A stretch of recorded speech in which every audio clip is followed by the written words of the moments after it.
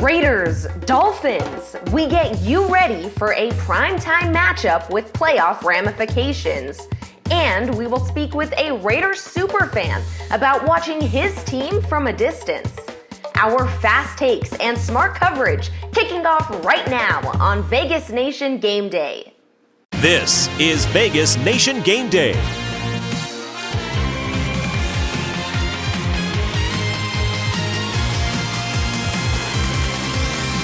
Brought to you by Meineke and your local Meineke dealers. When you shop for quality, shop Meineke. It's the final game of 2020 at Allegiant Stadium as the Las Vegas Raiders host the surging Miami Dolphins in front of a national TV audience. Happy holidays. Welcome into Vegas Nation Game Day, to this special edition of Vegas Nation Game Day. I'm your host, Cassie Soto, and joining me as always is Review Journal sports reporter Sam Gordon. Thanks, Cassie. The Raiders have not done themselves any favors the past couple of weeks, but they have a chance to get on track today against Tua Tagovailoa and the Miami Dolphins. And we will help you get ready for the prime time matchup. So thank you so much for joining us today, whether you're here on Cox Your View, Facebook, YouTube, or VegasNation.com. So let's go ahead and get started with some storylines, Sam. It's been 9 days since the Raiders hosted the Los Angeles Chargers, and that loss has not gotten any prettier. No, Cassie, it certainly hasn't, and that's why the Raiders find themselves in the position that they're in on Saturday with a very slim to no chance of making the playoffs.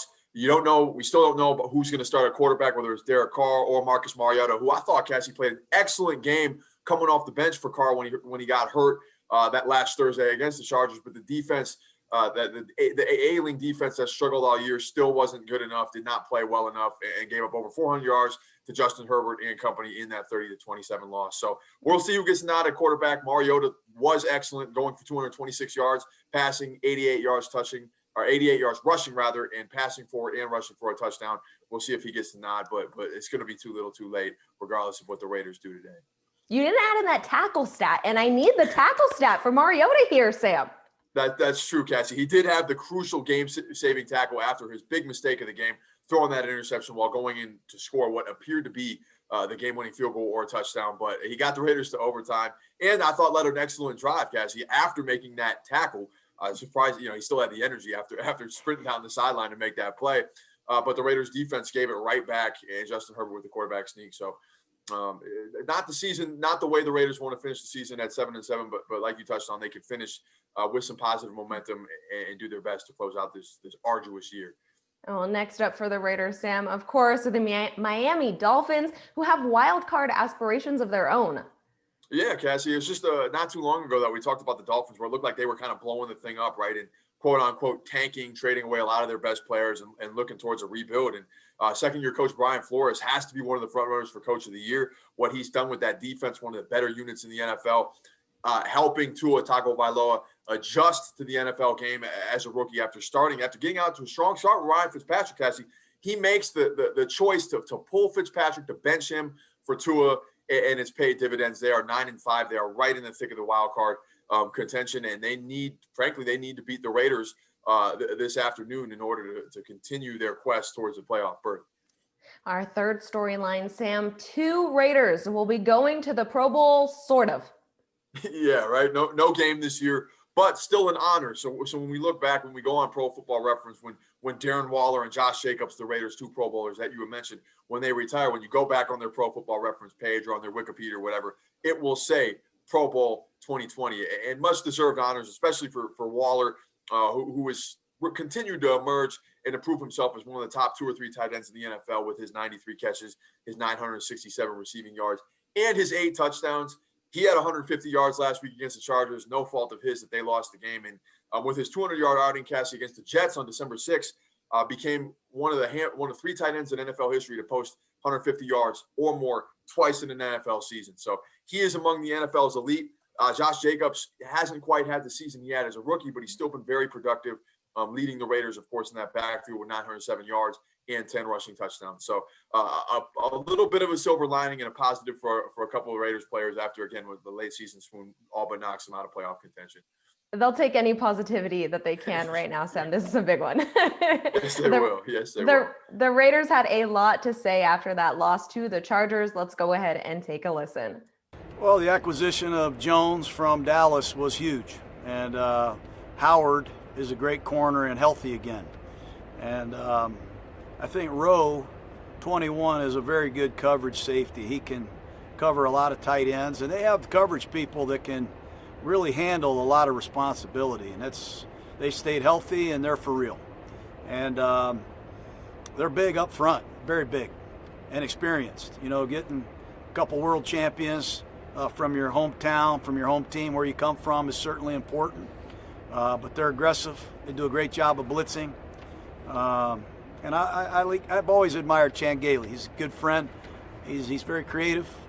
And while a lot of their skill guys were hurt last week, they proved that they can find any way possible to move the football. They did it on the ground, and they did it in convincing fashion. So it's a well-coached team. He's obviously a great young coach. Today's game is a 5:15 kickoff, so there's still plenty of time for you to go ahead and get those bets in. If you need some help with those bets, let's go ahead and bring in Review Journal sports betting reporter Todd Dewey. Todd, happy holidays, Merry Christmas. How are the betting lines looking today? Happy holidays to you, Cassie. Well, the lines changed on this one. There's been a late surge of money on the silver and black in this game after it was all Dolphins money during the week. As of Christmas, the Dolphins were consensus 3-point favorites after opening at 2.5, and they were the most bet team tickets and money of any NFL team at BetMGM, and 86% of the money on this game at William Hill was on the Dolphins. But Saturday morning, the line ticked down to 2.5 as Raiders money came in at Circa and the Westgate. And there's also been some movement on the total in this one. It was at a consensus 47.5 on Friday. And Circa reported sharp money over 47, under 48. But now that total is up to 49 as bettors seem to be loading up on the over. We talked about before the Raiders are the best over team in the league with a 10-3-1 over-under mark. And games at Allegiant Stadium have averaged 59.8 total points this season. But also on the flip side, something's got to give in this game because the Dolphins have the NFL's #1 scoring defense, allowing 18.4 points per game, and they're one of the top under teams at 9-4. A pro sports bettor I spoke with took the Dolphins -2.5. They need to win their last 2 games to clinch a playoff spot, but that's not the main reason he took them. He took them simply because they're playing well, and the Raiders are not playing well. And they've also been decimated by injuries. That's the main reason he's taking them, that they don't have much to play for, decimated by injuries. And they've been on an 0-4 spread slide. The Dolphins are the NFL's top cover team. They've been a cover machine, 11-3 against the spread. One thing's for certain in this one, there's going to be a ton of action on it in the standalone Saturday night spot. And hope all your wagers are winners, as always, Cassie, and good luck to everybody. Todd, thank you so much. Well, remember, Todd will be having his betting recap, and Jim Barnes will have his NFL Bad Beats blog. You can find that all at reviewjournal.com. Up next on Vegas Nation Game Day, we will get our field pass with our own Heidi Fang. But first, here's this week's NFL trivia question. NFL Trivia is presented by Attack Law. The best defense is a good offense. Which TV star was one of the original owners of the Miami Dolphins? Was it A, Jackie Gleason, B, Telly Savalas, C, Danny Thomas, or D, Dick Van Dyke? Field Pass is sponsored by Scenic Brewing Company, your neighborhood brewery and sports bar. With this week's Field Pass, here's our Vegas Nation teammate, Heidi Fang. Thanks, team. For this week's Field Pass, I'm going to take a look at the Pro Football Hall of Fame 2021 candidates, which include several Raiders. There's Eric Allen, Richard Seymour, and Charles Woodson. There's also a coach that is in the mix as a finalist, and that would be Tom Flores. In order for these players to make the Pro Football Hall of Fame, it's going to take a little bit of a process. It goes from the current list of 25 players to 15 players, and then finally down to 5. And then after that, all players will need an 80% vote to be able to be inducted into the Pro Football Hall of Fame in Canton. Right now, I'm going to highlight a couple things to note of those names that I mentioned. Charles Woodson, who's regarded as one of the best to ever play the game, not just his position. He is currently tied for 5th on the all-time interceptions list with 65 and is in a 3-way tie for most defensive touchdowns ever scored in the NFL with 13. He was a 9-time Pro Bowler, and he was also the NFL's Defensive Player of the Year in 2009. Outside of the players, there are, quote,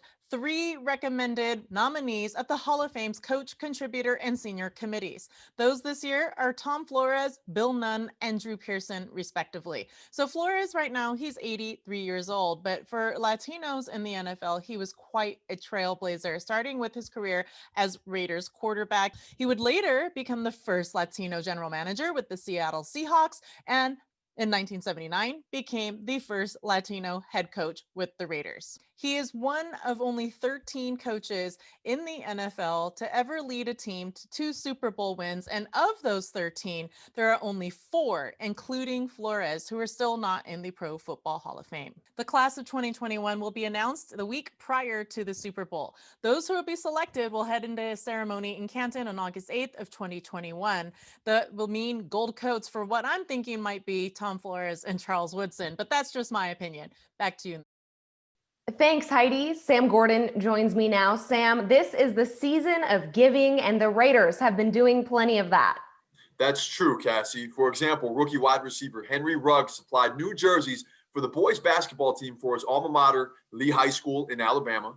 That's right. And meanwhile, fullback Alec Ingold and linebacker James Onwalu conducted a virtual meet and greet with families from communities in schools of Southern Nevada and Nevada partners to offer them some holiday cheer. And at the conclusion of the call, Sam, Ingold and Onwalu surprised the families by telling them that each of them would be getting a holiday shopping spree. This is the stuff that just hits you right in the feels. You love to see it. Very cool, very cool, very fortunate families and awesome gestures by all 3 of these Raiders who are making holiday season very special for those lucky folks. They are. Well, now let's go ahead and get some inside information on the Dolphins as we flip the field with our own Ed Graney. Thanks, team. Yeah, it's Flip the Field with a look at the Miami Dolphins, and I'm pleased to be joined now by our good friend Miles Simmons from Pro Football Talk. Miles, it's always great to see you, and I really want to thank you for joining us. Of course, Ed, anytime. Well, listen, tell the people how Brian Flores, as many are suggesting a strong candidate for Coach of the Year, has taken this Dolphins team, what we saw in recent years, now to one on the doorstep of a playoff berth. I think he's done it with defense, and that's his specialty, and it's been his specialty since he's been with the Patriots. Obviously came up there with Bill Belichick, but what I think he's done so well is craft a scheme that makes it extremely difficult on good offenses. And I think we saw that this year earlier with Jared Goff and the Los Angeles Rams. They went into Miami and they really, really struggled, and they struggled on special teams as well. It's another thing that he's done that really well is build that unit up. But then if you look just a couple weeks ago at what happened to the Kansas City Chiefs, I mean, Patrick Mahomes goes in there and he throws 3 interceptions. Right? Like they had a lot of turnovers in that game. And really the problem, though, is when you're playing the Kansas City Chiefs, they don't care. They just keep coming at you and coming at you. So I think the thing that he's done really, really well is just build up that defense, build up the special teams. And because they have Tua, they have reason to believe that their offense is going to come along as well. Miles, were you surprised when they made the switch to Tua? Fitzgerald was playing fine. They were winning games. Were you surprised they made the switch to Tua and, evaluate the rookie's performance for us?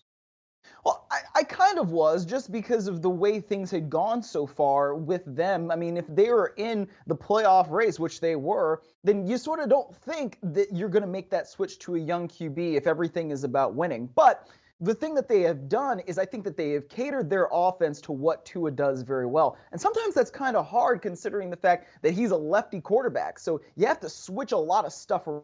around, but I think he moves well and he manages the game well. And sometimes that's a dirty term for people, but I don't really see it that way, especially if you're a young quarterback. If you can manage the game well, you can move the ball down the field, you can get first downs, you can avoid turnovers. Now, he didn't do that last week against the Patriots, but for the most part, he has. I think that's exactly what you want out of a young QB, and you can have that quarterback grow over time. Now, he's not lighting the world on fire like Justin Herbert is right now, and I think everybody knows how good Justin Herbert can be, and especially if maybe they get a new coaching staff out there in Los Angeles. But I think at the same time, when you have somebody like Tua and you understand that he is doing what they need him to do right now to win, that's a good thing. Miles, thanks very much. We really appreciate the time. It's always great to see you, man. Of course, Ed. Like I said, anytime. This social media update is sponsored by D&R House of Diamonds, making luxury affordable. Well, Sam, it's one of our favorite times of the show now. It is time for some social media, and these ones are a little more special because some very lucky kids one of them got their first Raiders jersey, and the videos are incredible, shot by their parents. You can tell, Let's go ahead and listen to it first. Let's listen to these kids' reactions before we dive into it. Huh? Rip it open. What is that? Open it on the Raiders. Hey! Oh, the jersey. Raiders. The real one. What? The green one. Lucky. Oh. Jonah, there's more stuff in there. I knew it. Now you got me tearing up, man. Well, how about this family blindfolding this little boy, Sam, and getting just a huge surprise, that Darren Waller jersey? Cassie, the reaction where he takes the blindfold off and just falls under the couch, it just warms your soul. This is what the holiday season is all about. And this is the beauty of sports and athletics and things of that nature. The jersey seems to mean so much to this young man. Having the taste of his first Raiders jersey, excellent way to get the holiday season going, and very excited for him and that family. And sort of the same reaction, the little boy getting the Josh Jacobs jersey. These guys getting some Pro Bowler jerseys. You like definitely a good way to start the collection, right? With some of the best players on the team. So I think those and guys that are going to be here for a long time, it would seem like as well. So those jerseys are going to have a lot of life to them, and those kids are going to be able to rock them with pride for a long time moving forward. All right. Well, coming up after the break, Sam will have some numbers to share with us. Do not go anywhere. NFL Trivia is presented by Attack Law. The best defense is a good offense. The answer is C, Danny Thomas. Thomas was part of the partnership group put together by Joe Robbie that was awarded an AFL franchise in 1965. Welcome back to Vegas Nation Game Day. I'm Cassie Soto alongside Sam Gordon. The Raiders recently paid tribute to some special people who help our community. That's right, Cassie. Members of our local law enforcement agencies had the honor of lighting the Al Davis Memorial Torch before the December 13th game against the Indianapolis Colts. Yeah, that's right. Clark County Sheriff Joe Lombardo led the team of officers, which included representatives of the Metropolitan Police Department, as well as officers from the Henderson and North Las Vegas stations. And last Thursday, before the Chargers game, representatives of 3 Square Food Bank had the honor of lighting the torch. Well, let's go ahead and crunch some numbers, Sam. It's one of our favorite segments here. What can you tell us about today's matchup? Well, Cassie, rookie quarterback Tua Tagovailoa is stealing the headlines in Miami. He is 5-2 as a starter after all, and he's been poised and efficient, accounting for 9 touchdown passes against just 2 interceptions. But it's worth mentioning that he's buoyed by a defense that's one of the very best in football. Now to the numbers. We talked on Wednesday's Vegas Nation Blitz, Cassie, about Miami's penchant for takeaways. They average a league-high 1.9 per game, but there's so much more that they do well. The Dolphins also sport the league's stingiest third-down defense, allowing conversions a mere 32.5% of the time. And they'll face a Raiders offense that's actually one of the best on third down, converting 49.1% of the time. That's second to only the Buffalo Bills. So something's got to give, right? But Miami also yields the third fewest red zone opportunities, surrendering only 2.8 per game. They can also get after the quarterback, too, sporting a sack percentage of 7.25. That's ninth in the NFL this season. And the result, when you account for all those statistics, is the league's stingiest scoring defense, one that allows a league low 18.4 points per game. The Raiders this year have been very good on offense, averaging 26.9 points per game, but they may have to work a little bit harder tonight against a defense that is, again, one of the very best in the NFL. We will see what happens, Sam. Thank you so much. Now let's go ahead and take a closer look at the Dolphins with our own Adam Hill and Vinny Bonsignor.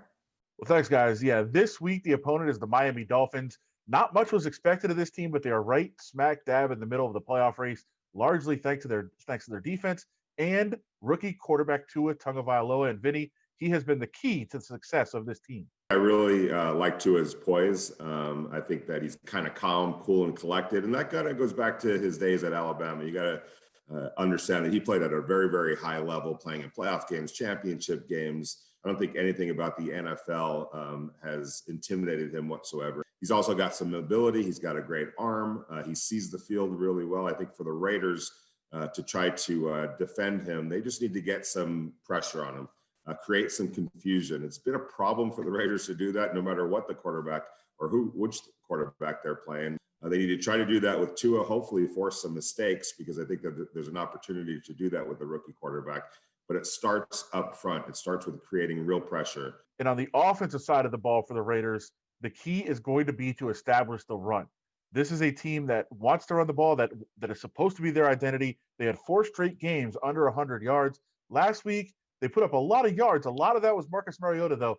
This team needs to line up, get behind that big offensive line, and run the ball early and often. This is a big, fast, physical Miami Dolphins defense that's getting it done with a lot of no names, basically. Just a really good coaching job by Brian Flores.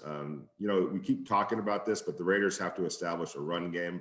It's been the blueprint for their wins this year. When they run the ball successfully, they're good. When they don't, they're bad. Running the ball, which they haven't been able to do consistently over this last month or so, it's paramount that they get that going again against the Dolphins. So those are the keys for the Raiders today.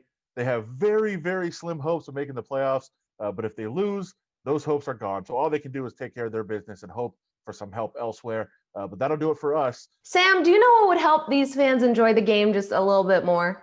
Of course I do. It's the Vegas Nation cocktail. Let's find out what J.R. Starkus and his shaker have cooked up this week. Welcome back, Vegas Nation. J.R. Starks with Southern Glazers Wine and Spirits, back with a classic cocktail called the French 75, a variation thereof with Remy 1738 Cognac. Now, this is perfect for game time. It's also perfect for any New Year's celebrations that you may be looking to have, because it incorporates a little bit of a dry sparkling wine. This is Mum Napa. It's a brut sparkling wine, and it's perfect for cocktails or drinking on its own, and mimosas the next day, all that kind of stuff. So to make this drink, basically 3 simple ingredients. First, Remy 1738 Cognac. It is cognac season, so why the heck not? We're gonna use 1.5 ounces of Remy 1738. When is not cognac season, by the way? It's always cognac season. We're gonna use 1 ounce of fresh lemon sour. I use Ripe Lemon Sour, which is a brand, Ripe, but you can also use equal parts fresh lemon juice and simple syrup to make 1 ounce of lemon sour. We're gonna shake this together, and we'll add our sparkling wine last. We don't want to shake sparkling wine, obviously, because it'll blow up on us, so let's save that for later. Give us a nice shake.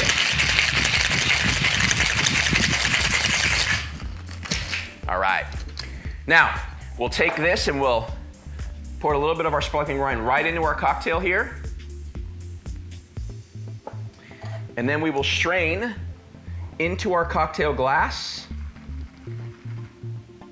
giving us a nice sparkling cocktail, perfect for celebrations, perfect for game time. The garnish will be a very simple lemon wheel, lemon peel, can be anything you really want it to be. But that drink is so refreshing, so perfect for the holidays, so perfect for New Year's. Enjoy the game. Happy New Year.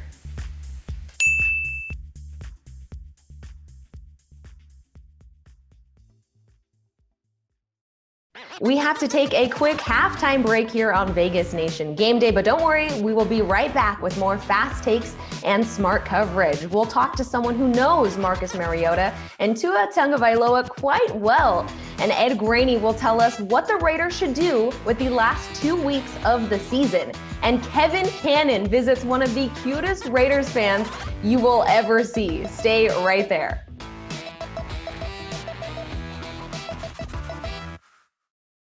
Welcome back to Vegas Nation Game Day, presented by Meineke and your local Meineke dealers. When you shop for quality, shop Meineke.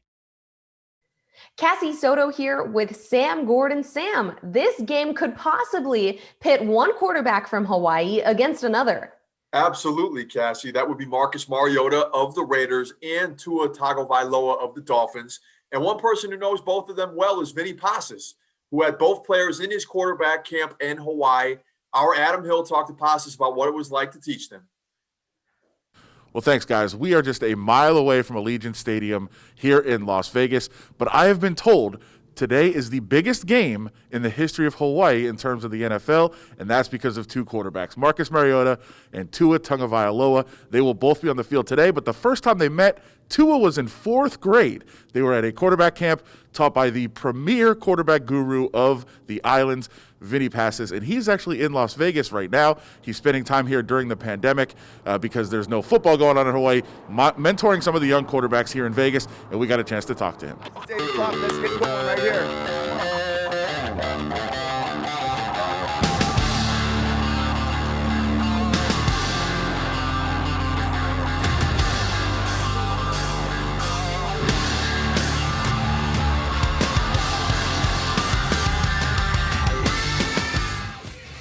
All right, we doing good?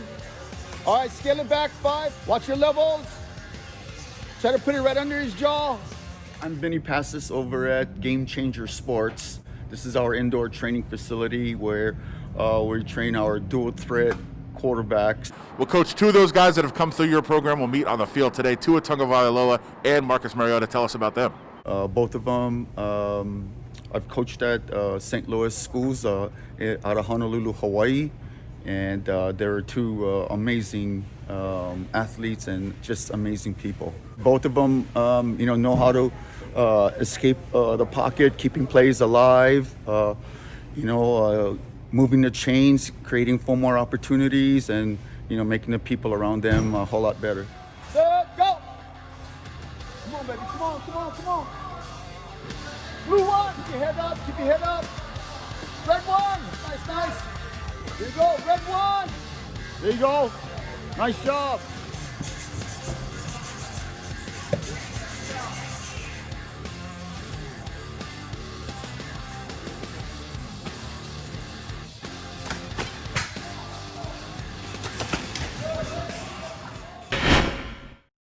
Sam, I think it's time that we go ahead and check in on Review Journal photographer Kevin Cannon and that Vegas Nation truck. This week, Kevin visited a big Raiders fan who probably doesn't want you to call the football the pigskin. Take a look.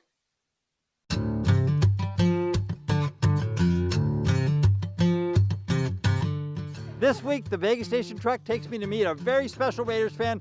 He's a real pig. Rufus, you're on TV. Rufus, Raider fan.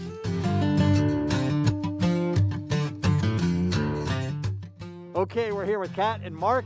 Tell us about your little pig, Rufus. Hi guys, so we have Rufus the pig. He's not so little, he's like 200 pounds. He's Daddy's football pig. He loves to watch every game with Daddy.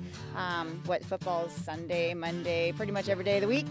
And he eats all the snacks and gets on the couch and snuggles with us. Tell me about your game day rituals here. Well, yes, first thing we do is, wake up in the morning, and of course we got to get the big breakfast going. Unfortunately, I can't eat bacon anymore, which is my favorite food in the whole wide world, ham and bacon, as I feel bad about our little baby pig. But we love them to death, and then once the Raiders start playing and we start scoring and we start screaming, everybody just starts dancing and we're happy. You dance with the pig when the Raiders score. Oh, yes. Happy pig. He goes in a circle and he snorts and sharks and he has a good time. Oh my gosh. It's awesome. I can't wait for the game. Go Raiders. And Rufus will be there cheering him on, right? Cheering them on. Yep, the Byers family is diehard Raider family. Yeah. We're from the Bay Area, so we're so happy that they brought the Raiders here to Vegas. Couldn't be happier.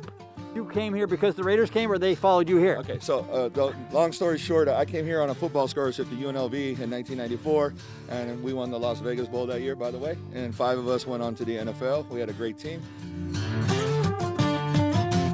Rufus, what are the chances the Raiders make the playoff this year?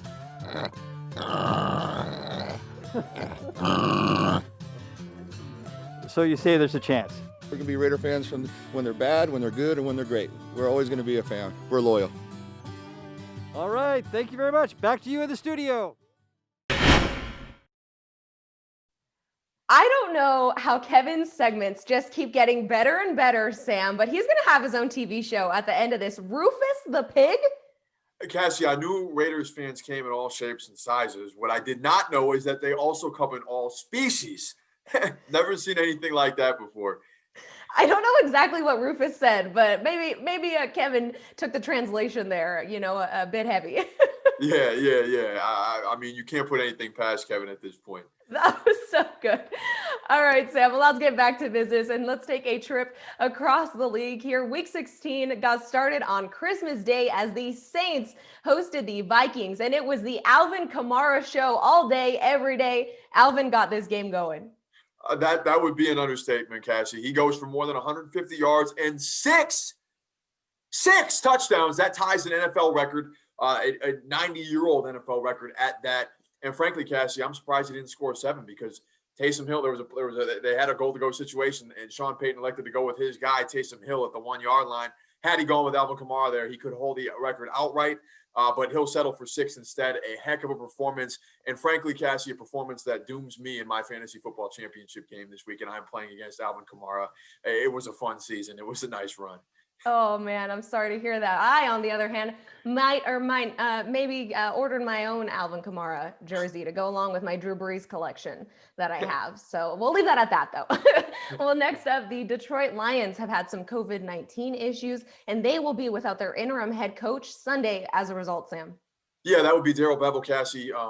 Just kind of another fork in the road, not fork in the road, but another obstacle rather for the Lions to overcome. It's been another arduous year. It feels like the Lions, nothing ever seems to go right in the Motor City. They won't have their coach, and they're going to end another season on kind of a whimper, looking to rebuild, looking to reset, likely going to bring in a new coach, a new head coach, new front office, and maybe a new quarterback as well. Who knows? It feels like Matthew Stafford has done all he can do with that franchise, and maybe they look to draft one of these top quarterbacks in 2021 and start over and maybe send Stafford somewhere else. Yeah, well, Sam, one of the toughest parts about covering the Raiders in 2020 has been watching them play at their brand new stadium without those legendary fans in the stands, no black hole members. None. And one of those super fans is Wayne Mabry, better known to Raider Nation as Violator. This week, he talked to our colleague Heidi Fang about the strangest season in Raiders history. What has it been like being part of Raider Nation, not being able to get to these games? It's been like needing to go to your therapist and you don't have a car or transportation to get there. So you just kind of wing it. It's been the most strange season of mine in 50 years. For some people, games are not just therapy, but it's a way of connecting with your team. So as you are here and watching from the outside, what's that experience been like? Almost like you're yelling at your TV set or just walk outside and scream, when something bad happens, but they can't hear those responses. And I think in part they miss that energy, that connecting with that fan base. And I'm saying all the teams that don't have their fans there, but especially the Raiders, they're used to the ruckus, for lack of a better term, that we bring that energy. I call it, we bring our A game every week. We actually had a conversation yesterday on the phone, and we were talking about the probability that maybe next year is still like this. What do you think might happen? That is highly probable, and I'm just looking at it as a realist. We can all wish, but the only thing that we can probably be assured of that the sun will rise and set each day. As far as this thing goes, we still don't really have a handle on it. And I have, like I say, haven't done any personal appearances, and it's just the strangest season that I've ever experienced. But keeping safety in mind, I'm not a spring chicken anymore, and I just have to use common sense and just stay away from crowds, because there's no way I'm going to be around my family, my Raider Nation family, and we not be close to each other. That just won't happen. Well, I certainly appreciate that you did this for us to come on here. Can you give a rally cry out to the fans watching at home from Violator. You already know what's going to happen.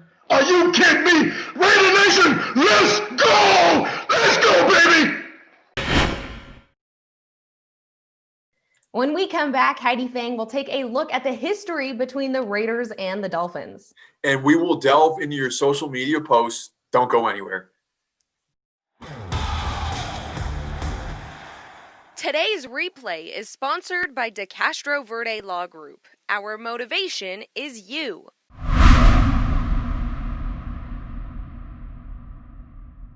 The Miami Dolphins became a part of the NFL in 1966. Since then, the two teams have met a total of 39 times, which includes 4 postseason games. The regular season record between the two teams stands at a dead heat of 17 all and 1 tie.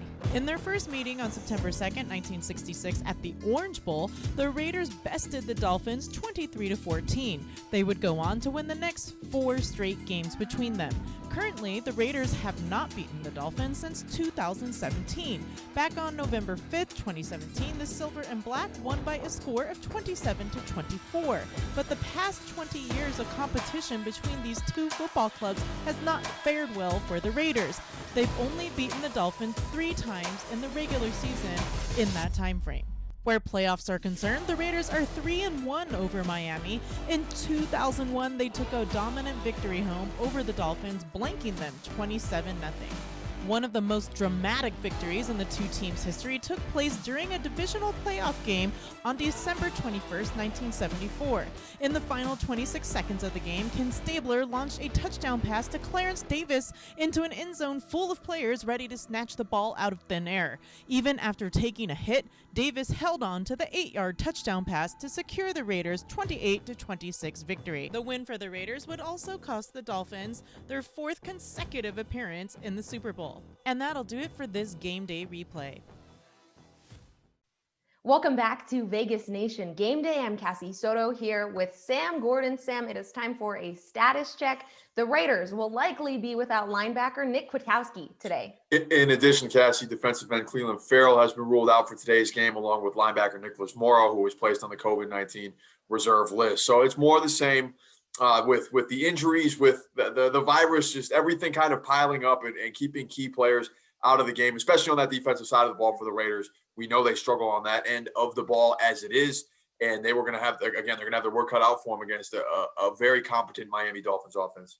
Yeah, and what would this mean? What does this mean for the Raiders? We know that their whole defensive line basically had concussions. They had COVID-19 issues. It has not been an easy second half of the season for this Raiders defense. It certainly has not, but this is going to create some opportunity for some other guys. One of those guys, Raekwon McMillan, whom the Raiders actually acquired from the Miami Dolphins in a trade before the season. He's going to get another opportunity to make some plays.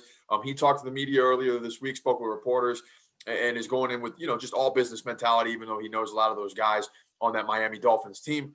So it's the next man up mentality. And it sounds cliche, but that is what the Raiders have had to rely on all year. And that there's no exception for that on Saturday. They will be with several second stringers on that defense today. It's their opportunity to step up and prove that they're worth more playing time or worthy of more playing time. All right, got to finish the season strong, Sam. Well, now let's go ahead to Ed Graney, who has some hot takes on what the Raiders should do the rest of the season. Thanks, team. I want to take a few minutes and talk about the one topic every football fan has an opinion about, the quarterback, and why, if it were my decision, the Raiders should start Marcus Mariota over their last 2 regular season games, regardless of Derek Carr's health. Carr went down last week against the Chargers with a pulled groin and will do everything in his power to play against the Dolphins at home Saturday night. This isn't even about Carr. He's offered a fine season, ranking top 10 across the league in completion percentage and passer rating, and just outside the top 10 in average yards per completion. He has a touchdown to interception ratio of 24-7, and he's actually throwing the ball downfield more than in recent seasons. But the Raiders know what they have in him. They likely know his ceiling and his floor, and the former makes him a very good NFL quarterback. What they don't know is how good Mariota could be running their system. Shouldn't they find that out when chartering the position in Las Vegas for the next several years? Is he the guy who threw for 226 yards and ran for another 76 against the Chargers last week? Would he look just as compelling and good against teams like Miami and Denver, who would have a week to prepare for him? It would also be wrong not to talk about money factor here.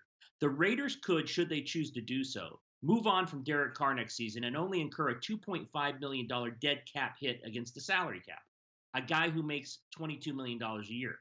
Should they bring Mariota back for the second of a 2-year deal, they would owe him only $10 million. I say only, but for a quarterback in the NFL, that's pretty good. That would mean a difference of nearly $8 million that could be spent elsewhere if they moved on from Carr, and $8 million would go a long ways in what is an awful defense in terms of signing the right free agents this time. All of this would have to play a part in the team's thinking if Mariota played and performed well over the final 2 games. That's why he should be under center against Miami and then at Denver. See what you have in him. $7.5 million is at least worth a longer look than 1 game when the playoffs are all but out of the picture. That's the question they need to answer. What do they have in Marcus Mariota? I'm Ed Graney, and those are my hot takes. Now let's see what's happening across social media. This social media update is sponsored by D&R House of Diamonds, making luxury affordable. Sam, let's start with this post by TJ Griffin, who shows how his family supports the silver and black. And that's with a little bit of Raider gear, some onesies for the kids, and he's opting to go with the hoodie. I think he could. I mean, he could rock the onesie. He could definitely rock the onesie. What the heck, Dad? Get in on the fun. I know, right? But he getting the little one started early. Devoted Raiders fans and a beautiful family picture for the holidays. Yeah, well, finally here, Rose Stabler, former wife of Ken Stabler, wished the Raiders legend a happy heavenly birthday on Christmas. Yeah, that's right, Cassie. He is a Christmas baby, born December 25th, 1945. As we know, Pro Football Hall of Famer, 4-time Pro Bowl honoree, former NFL MVP, a Super Bowl champion, and until earlier this season, the Raiders' all-time leader in touchdown passes with 150. He's since been passed by Derek Carr, but a legendary career nonetheless. Rest in peace, Snake. The legends never die, and Snake will be forever in Raiders history for sure, Sam. Well, we need to take this moment to go ahead and recognize Raiders center Rodney Hudson, who has done something no Raider has ever done before. That's right, Cassie. Hudson was voted by his teammates as the winner of the Commitment to Excellence Award for the 4th straight season. Yeah, that's right. The award is given annually to a Raider who exemplifies hard work, leadership, and excellence on and off the field throughout the season. And Hudson is the only player in Raiders history to win the award 4 seasons in a row. The only players who won it more frequently in their careers are both in the Hall of Fame. That would be Tim Brown and Marcus Allen. Some good company there, Sam. Well, we will look at the road ahead with our Vegas Nation team when we come back. Stay with us. The Road Ahead is sponsored by the Richard Harris Law Firm. Just in case. Injured? Call 444-4444. Welcome back to Vegas Nation Game Day. I'm Cassie Soto. Remember, you can read more about the silver and black in today's Las Vegas Review Journal. Adam Hill looks at how Hawaiian quarterbacks Tua Tagovailoa and Marcus Mariota have members of the 9th Island in Las Vegas excited about today's game. And Ed Graney says the Raiders should use the last 2 games of the regular season to see what they have in Mariota. You'll find all of that and more in today's edition of the Review Journal, and you can find it on newsstands anywhere near you now, or you can start a subscription by simply visiting reviewjournal.com. Now we'll take a look at the road ahead for both the Raiders and other teams looking for a playoff spot. For more on that, here are our teammates Heidi Fang, Ed Graney, and Vinny Bonsignor. Thanks, team. Right now, we're going to look ahead to the very slim possibility, but there's still a chance that the Raiders make the playoffs. Basically, what would need to happen is the Raiders have to win out both of their final 2 games, and the Ravens need to lose both of their games. In addition to that, the Buffalo Bills need to beat Miami in the final week of the season for the Raiders to make the playoffs. I think the Ravens have a very easy schedule with the Bengals and the Giants ahead of them, but Vinny, what will it take for the Raiders to get past the Miami Dolphins this week? I think the offense should be in line to score points. They've been doing that all year. This is really about the defense. Can they get some necessary stops? They haven't done that consistently. Don't know about the status of a handful of players. Defensively, obviously, Nick Kwiatkowski going on the COVID-19 list. That's a huge loss. Probably not going to be without Cleve Farrell, the defensive end. So the defense, again, is shorthanded against a pretty tricky Miami Dolphins offense with Tua at quarterback, and also a team that the Raiders don't have a lot of familiarity with, because there hasn't been a big body of work with Tua as their quarterback. They just need to figure out a way to win a game. Now, Ed, in the final week of the season, the Raiders face the Denver Broncos, a divisional foe. What will it take for the Raiders to get past them? Heidi, the first thing they do is they play against Denver like they did when Denver was in Allegiant Stadium and they blew Denver out. We're just not sure the health of Derek Carr going forward, who's going to play these last two games.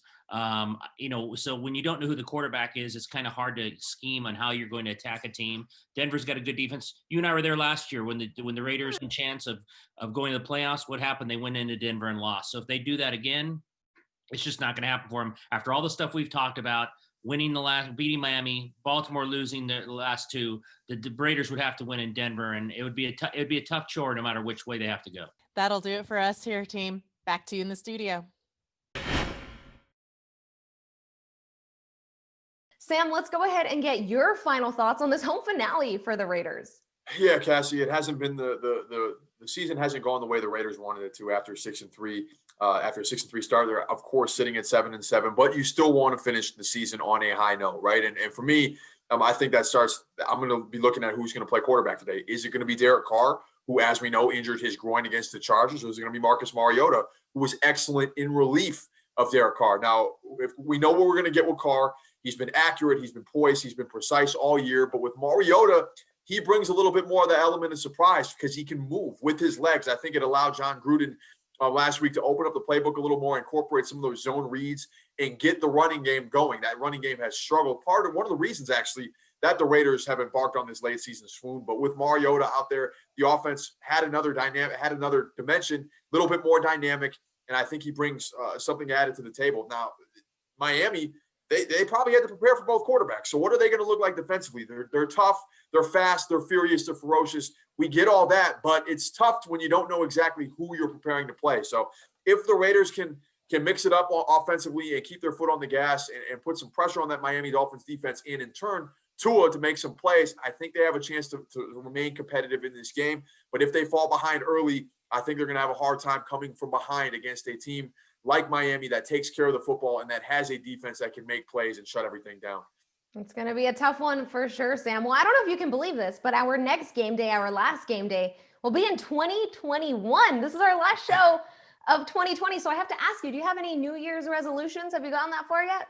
I have not gotten that far yet, Cassie. I've just tried to get through this year. It's been a long one, but been very grateful for the opportunities I've had to join you on the show and to cover the Raiders. Very excited about that. And I guess my resolution would just be to continue to build on what we've been doing here at Vegas Nation and continue to provide the fast takes and the smart coverage that we've grown accustomed to providing throughout the course of this year. How about you?